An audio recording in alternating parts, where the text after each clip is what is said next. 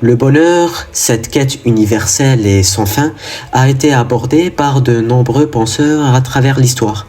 Parmi eux, Arthur Schopenhauer et Albert Camus se distinguent par leur vision du bonheur comme une illusion, un mirage qui échappe à l'homme. Bien qu'ils aient vécu dans des contextes différents et aient des perspectives distinctes, leurs réflexions convergent sur un point essentiel. L'idée même de bonheur durable semble être une chimère. Schopenhauer et la souffrance du désir. Arthur Schopenhauer, philosophe du XIXe siècle, a une vision particulièrement sombre du bonheur. Pour lui, l'existence humaine est marquée par une souffrance constante, générée par la volonté. Cette volonté, selon Schopenhauer, est l'essence de l'être humain. Chaque individu, à travers ses désirs, cherche à combler un vide, mais ces désirs, une fois satisfaits, laissent place à de nouveaux désirs sans fin.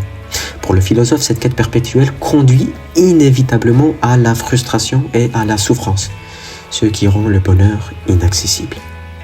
Dans son ouvrage majeur « Le monde comme volonté et comme représentation », Schopenhauer explique que la souffrance découle du fait que la volonté ne trouve jamais de satisfaction totale.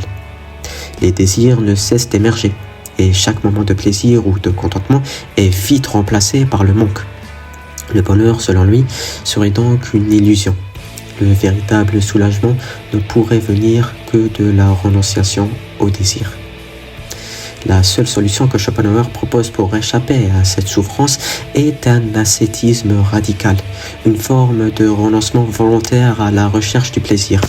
Il suggère que l'on puisse trouver un semblant de paix intérieure en abandonnant les désirs matériels et en se tournant vers la contemplation artistique, philosophique ou la pratique de la méditation. Camus et l'absurde, un autre regard sur le bonheur. Albert Camus, philosophe du XXe siècle, aborde la question du bonheur d'une manière similaire, mais dans un contexte différent. Son œuvre, notamment le mythe de Sisyphe, traite de la confrontation entre l'homme et un monde qui semble dénué de sens. Pour Camus, l'absurde naît de la confrontation entre notre désir humain de chercher un sens à la vie et l'indifférence de l'univers face à cette quête. Camus explique que nous vivons dans un monde où il n'y a pas de vérité ultime, pas de finalité supérieure à atteindre. L'existence humaine est donc absurde. Une quête sans but, une recherche vaine de sens dans un univers qui en est dépourvu.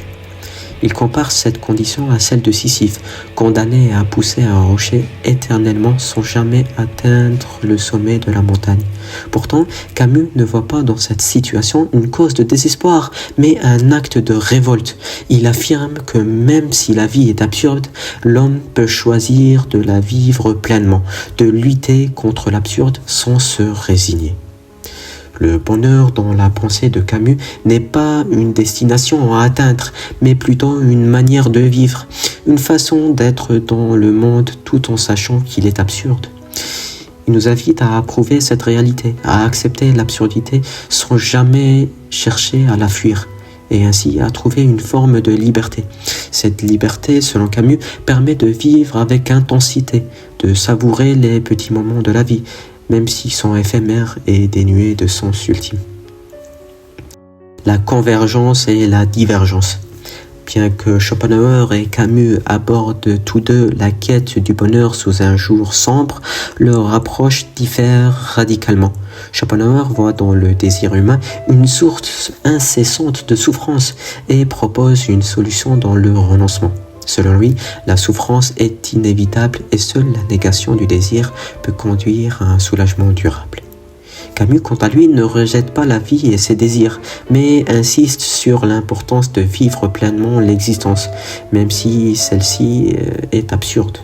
Il n'appelle pas à la négation, mais à l'acceptation de la révolte contre l'absurde. Le bonheur, dans sa vision, ne réside pas dans la satisfaction des désirs, mais dans la manière dont nous choisissons de vivre notre vie, même en sachant qu'elle n'a pas de sens final. En conclusion, le bonheur reste une notion fuyante, que ce soit pour Schopenhauer ou pour Camus. Les deux philosophes montrent que la recherche du bonheur est souvent une quête infructueuse, marquée par la souffrance et l'absurde. Cependant, leur vision diffère sur la manière de vivre cette quête. L'un propose le renoncement, l'autre la révolte. Bien que pour nous aussi, le bonheur ne réside pas dans un idéal inaccessible, mais dans la manière dont nous choisissons d'affronter la vie et ses paradoxes, son manque de sens et ses moments de grâce.